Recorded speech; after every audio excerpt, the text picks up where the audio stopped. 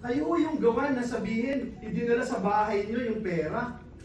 Doon po sa simbahan ng JIL Church. Mr. President, hindi ko alam kung anong mararamdaman nyo kung nasa sapatos ko po kayo. Kahit po si Satanas, hindi papayag dun sa script niya. Tatanggap ka ng suhol sa simbahan. Tapos, kung ano yung sabihin niya, yun ang masusunod. Doon ako sa PNP custodian. Doon ako sa Senado ngayon, nagbago na isip ko, and then susunod doon tayo. Mahirap po lulukin yun, Mr. President. Dear colleagues, sana hindi niyo maranasan itong ginawa sa amin. Lahat ng katotohanan pumupunta sa atin.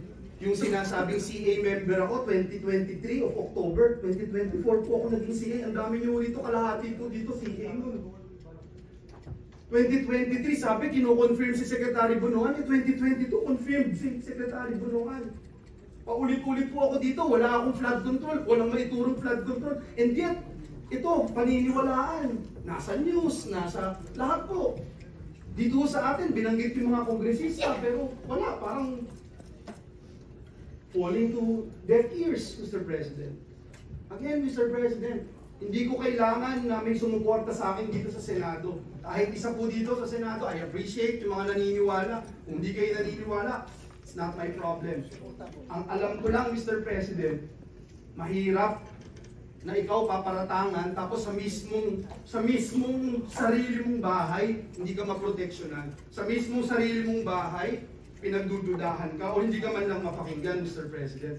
At parang ang nagiging dating ngayon, kung anong gusto ni Bryce, nitong Assistant District Engineer, siya po yung masusunod. So yun lang, Mr. President.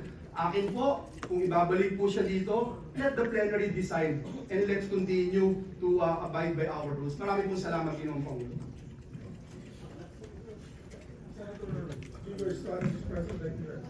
Senator Jingo Estrada, thank you, Mr. President.